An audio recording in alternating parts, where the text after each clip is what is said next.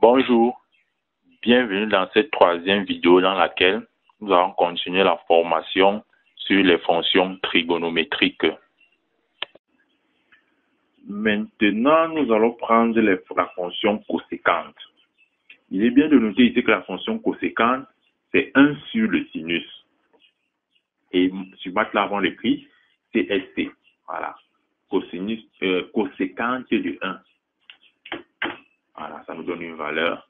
Là, l'argument est toujours considéré en radian, justement, coséquente. De la même manière, on peut le faire en degrés. Si je mets que le D après, et ça nous donne une valeur de coséquente. Voilà. Mais on peut aussi faire la coséquente, c'est-à-dire l'inverse de la coséquente. A coséquente, l'inverse de la coséquente, cela nous donne une valeur. De la même manière, on peut parler de la coséquente hyperbolique. Il suffit juste d'écrire coséquente et on met le H après. Ça nous donne la coséquente hyperbolique. Il existe aussi la sécante qui est 1 sur le cosinus. Voilà. La sécante, ça s'écrit sec, justement. Sec, on met le sec d'une valeur. Ça nous donne le résultat. De la même manière qu'on peut calculer le sec en degrés, parce qu'avant c'était en radian, maintenant c'est en degrés, comme le D se peut dire en degrés, quand on ne met rien, c'est l'expression en radian. Ok, ça nous donne une valeur. Voilà. Maintenant, on peut passer à la coséquente, c'est-à-dire l'inverse de la coséquente, de la séquente autant pour moi. A séquente, l'inverse de la séquente. Je juste le mettre le A avant, justement, et ça nous donne une valeur. Là, nous sommes en degrés. Maintenant, nous allons passer à la cotangente. Ça s'écrit COT.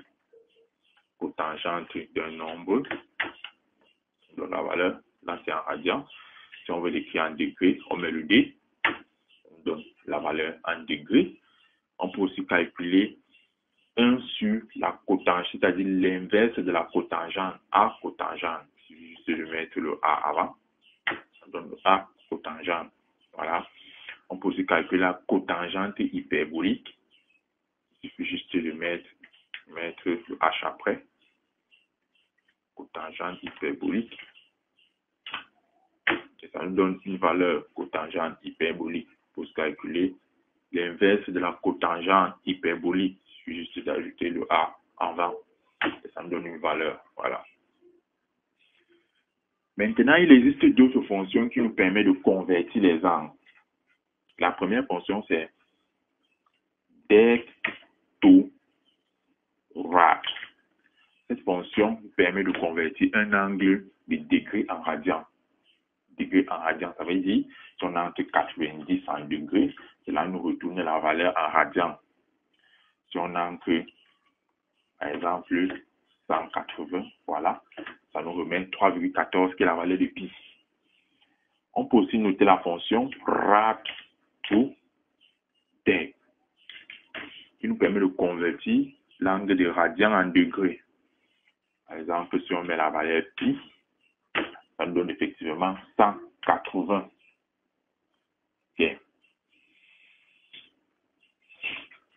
Maintenant, nous allons parler des fonctions assez spéciales.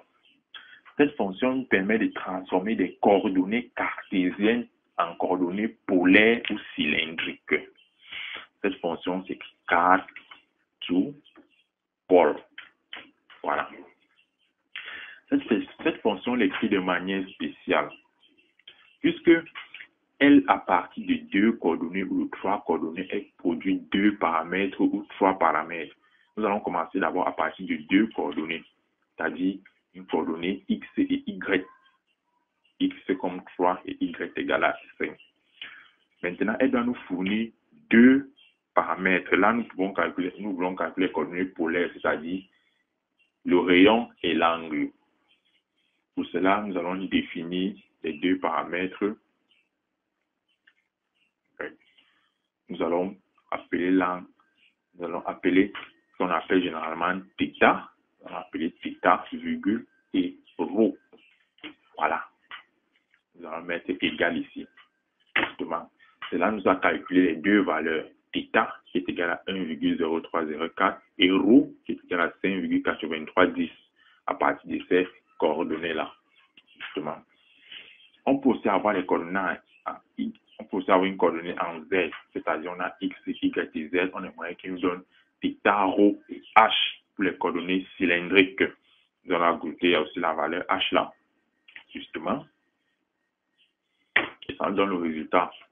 Naturellement, H c'est la valeur Z. Les autres sont recalculés. Ça, c'est une fonction qui nous calcule. De transformer les coordonnées cartésiennes en coordonnées polaires ou cylindriques. Voilà. Maintenant, on peut aussi transformer les coordonnées cartésiennes en coordonnées sphériques, c'est-à-dire l'azimut, l'élévation et le rayon. Voilà. Ainsi, la fonction, c'est 4 to S, F. Voilà, cartésien to sphérique. Justement, on entre les coordonnées 5,6,7,9, tant pour moi.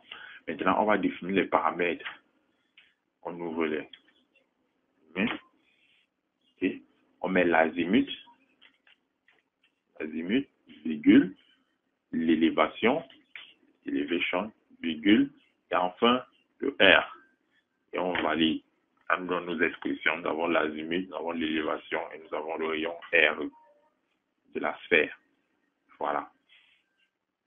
Et l'inverse est aussi possible à l'aide de la fonction pole to card. Ça nous permet de convertir les coordonnées polaires vers les coordonnées cartésiennes. Voilà. Pour cela, nous devons entrer θ et ρ. Θ et ρ. Nous avons la valeur de θ, nous avons la valeur de ρ. Voilà. Maintenant, nous allons définir les paramètres X et Y. Nous avons X, virgule, Y. Voilà. Et ça nous calcule nos valeurs. Justement. Et aussi, on peut vouloir calculer avec X, Y et Z. Et du coup, si on ajoute le Z ici, Z, il faudra aussi qu'on ajoute le Z de l'autre côté. Voilà. Une valeur 8. Et ça nous donne avec la valeur Z. De la même manière, il est aussi capable de calculer les coordonnées sphériques, d'avoir les coordonnées sphériques et de calculer les coordonnées cartésiennes. Voilà, avec la fonction SPH2 card. Voilà. Nous allons entrer l'azimut. L'azimut, prenons 8. Nous allons aller l'élévation, prenons 9. Nous allons entrer le rayon, prenons 5. Voilà. Que nous allons mettre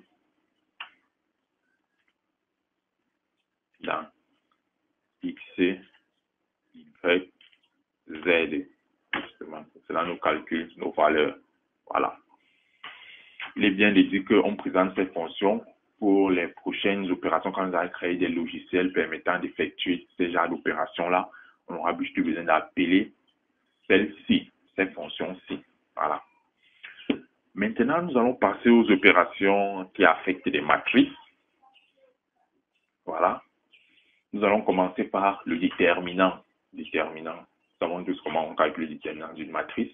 Et parfois, plus la matrice est grande, plus c'est un peu compliqué de la calculer. Voilà. Matrice, un MATLAB fournit directement une fonction permettant de la calculer. C'est la fonction det.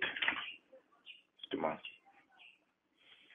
Et il est bien de dire que le déterminant, on calcule le déterminant d'une matrice carrée. Justement, considérons la matrice M est égale à 1, 2, 3, virgule, point virgule, 4, 5, 6, point virgule, 7, 8, 9. Voilà, nous avons une matrice 3 par 3. Pour calculer le déterminant de cette matrice, il suffit juste d'écrire det de M, tout simplement. Et là, ça nous calcule le déterminant de notre matrice. Donc, nous avons 6,6 fois 10 exposant moins 16, qui est vraiment très très petit. Voilà. De la même manière, nous pouvons calculer l'inverse d'une matrice. Je peux juste l'écrire in avec la fonction inv. Et nous mettons la matrice à l'intérieur, matrice M. Et cela nous calcule l'inverse de la matrice. Et qu'est-ce qu'il nous dit? Nous warning. Matrix is close to singular or Barley scale, résume les machin, etc. Bon, c'est déjà la dictée à notre matrice qui est assez spéciale. Voilà. Il est aussi bien de dire que pour pouvoir calculer l'inverse du matrice, on peut juste là l'écrire de cette manière. M exposant moins 1. Voilà. Ça nous calcule toujours l'inverse de la matrice avec les mêmes problèmes signalés. Bon, c'est pas grave. On n'est pas là sur la définition de matrice. On est là pour présenter les fonctions utiles en MATLAB. Voilà. De la même manière, je crois qu'il est de la même manière qu'il est aussi possible d'écrire l'inverse d'une matrice de telle sorte. Donc, 1 sur la matrice.